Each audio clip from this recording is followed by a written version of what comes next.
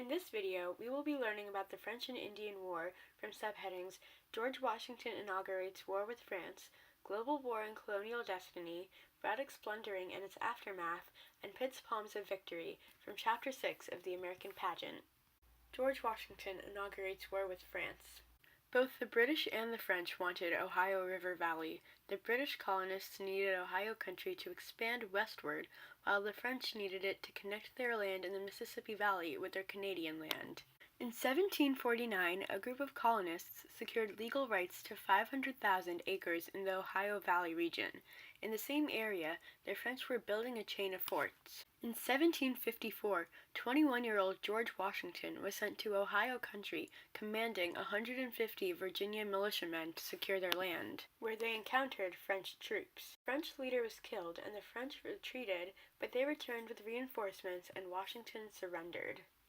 Global War and Colonial Destiny.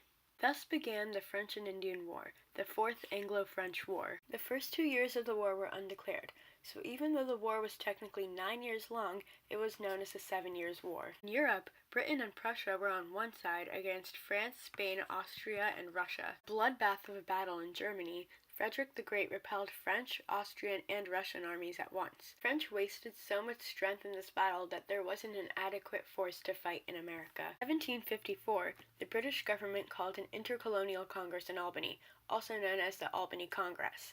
Besides keeping the Iroquois, which are the French Acadians, loyal, the Congress was also meant to achieve some intercolonial unity. Benjamin Franklin devised a plan for colonial home rule, aka the Albany Plan of Union, that the Albany delegates adopted, but the royal and independent colonies did not.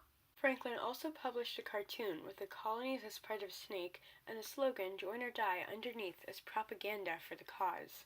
Braddock's Blundering and its Aftermath. The beginning of the French and Indian War went poorly for the British. A notable loss was led by General Braddock, a 60-year-old officer with European warfare experience. In 1755, he and 2,000 men, many of which Braddock disapproved of, went to capture Fort Duquesne. Before he reached the fort, Braddock encountered a small but fierce French and Indian army.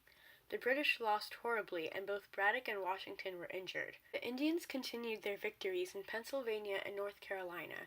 Desperate authorities even put bounties on the Indians' heads. The war officially began in 1756. British launched attacks on multiple Canadian wilderness posts simultaneously. They had given their all towards Montreal and Quebec, and had been victorious, the other posts would have also fallen. This lack of strategy led to yet another defeat. Pitt's Palms of Victory. William Pitt, nicknamed the Organizer of Victory and the Great Commoner, got his strength from the common people. He became a leader in the London government in 1757. He decided to restrain the attacks on the French West Indies and go for Quebec and Montreal. They defeated Louisbourg in 1758 with a siege and gained Britain its first significant victory in the war. The attack on Quebec, Pitt chose 32-year-old James Wolfe. Wolfe sent a troop up a poorly guarded cliff at night. In the morning, when both sides faced each other, each commander was fatally wounded, but British won and Quebec surrendered. This Battle of Quebec was one of the most significant battles in British and American history, and in 1760, Montreal fell.